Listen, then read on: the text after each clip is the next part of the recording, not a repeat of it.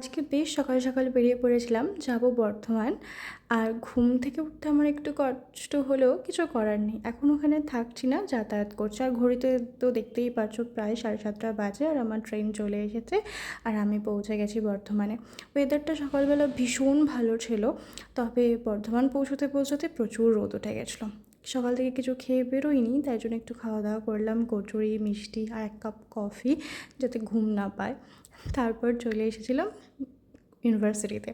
Class করে একটুখানি lunch করে তারপর একটুখানি ক্যাম্পাসটা ঘুরলাম। আমি অনেক দিন পরে এসেছি, 1 সপ্তাহ আসা হয়নি, তার কারণে শরীরটা খারাপ ছিল।